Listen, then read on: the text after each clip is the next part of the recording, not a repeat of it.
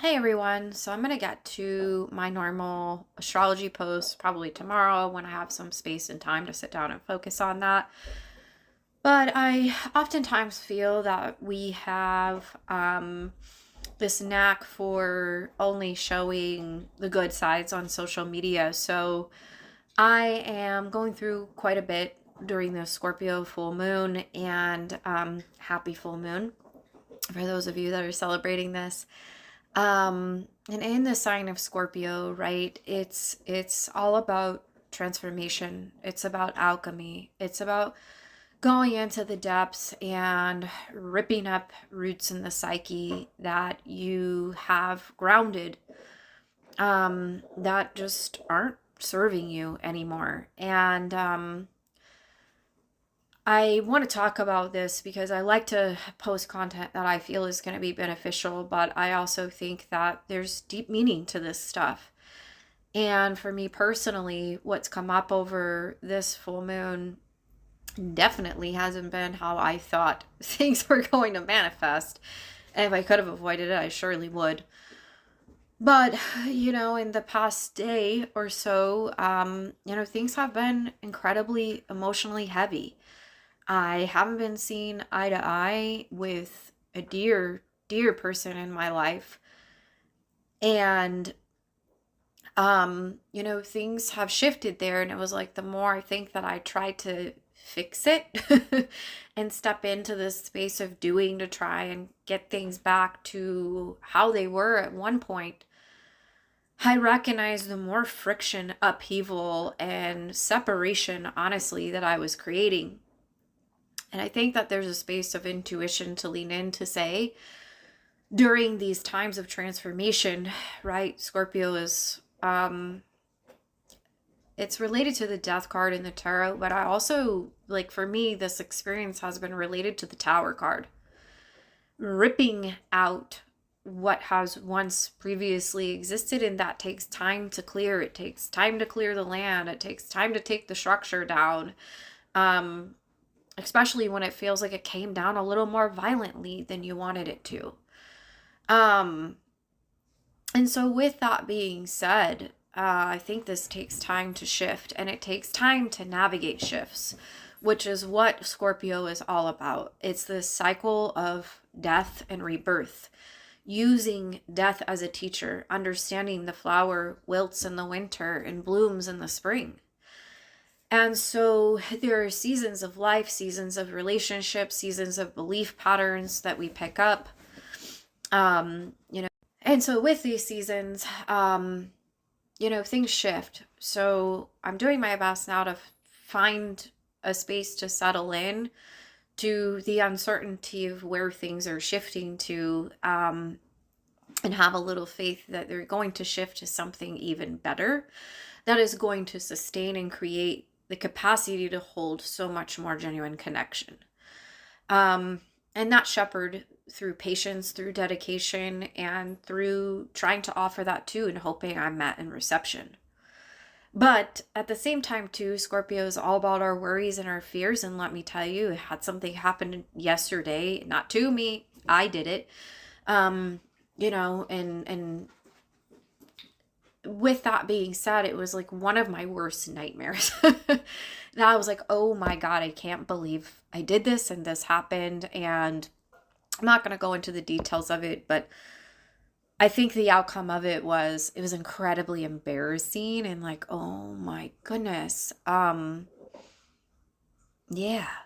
Yeah. And what I've tried to garner through a reflective process in this is that even though these worries or fears may manifest to fruition or not, life goes on.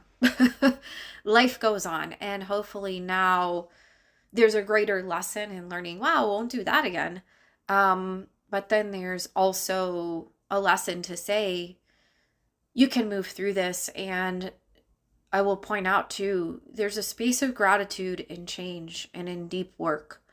And with that, I am incredibly grateful for those that have been around me and given me a hug and accepted whether that be physically, virtually, whatever, accepted my humanity to kind of show up as imperfect as these things are happening in the background. Sometimes it's hard to show up in a full expression with perfection, right? And my Virgo rising is like, oh, that's where we got to show up. But really, that's where my work is to let go of, because it's my South node, and it's to step into my North node, which is in Pisces, which is a softer space of compassion. And it's interesting because Saturn is sitting in its final degree of Pisces as we speak. And so there's this emotional maturity about how do we handle this with radical self-love and compassion and empathy for ourselves and for other people. And so I hope that through this, what I can offer to you here sitting with me, if you're still sitting with me, is one, it's okay to feel emotional about things shifting, endings, and these cycles of rebirth. It's okay to feel through that. It's okay to feel the emotional vulnerability. It's okay to identify this stuff, and it's okay to cry about it. It's okay to cry about it. I had a good cry this afternoon, and I feel better. And so, I went and consulted my trusty friend ChatGPT and was like, what does crying physically do for the body? What does it emotionally do? What does it mentally do? And physically, it releases stress hormones and toxins. When you're crying from an emotional space, you're flushing toxins out. You're also activating your parasympathetic nervous system, which is your rest digest, to come to a more restorative state and put down your stress. It's great for pain relief because it releases endorphins and it releases oxytocin, which help balance the brain. And as the tears flush out, you're killing bacteria and you're flushing bacteria. So I thought that was really neat. From an emotional level, when you cry, there's this level of self-awareness. There's also a sense of calmness that comes, right? It's a bit cathartic. And there's also space to hold better emotional communication because now you've tapped into that space. Spiritually, crying can be seen for purification, as a sense of surrender and a sense of bettering our connection to the divine and to our faith. So I hope that wherever you are at and whatever you are experiencing on this Scorpio full moon, if it's joyful, awesome, keep freaking rocking it. If it's heavier and holds more octaves of the shadow side, that's okay too. Can you show up for this fully? Can you be present for it? And can you sit with it? And can you alchemize the emotions to take the deeper meaning, to reconstruct and to rebirth? And let me tell you, it's funny. Mother's Day was yesterday. Birth is a traumatic process. It's ugly, it's gory, it's painful. So can you honor what that process represents and understand that it might feel like sandpaper at times? And can you sit with where you're at and know that you are not alone? And, you got this. Just keep your head up and keep breathing. And have a good cry.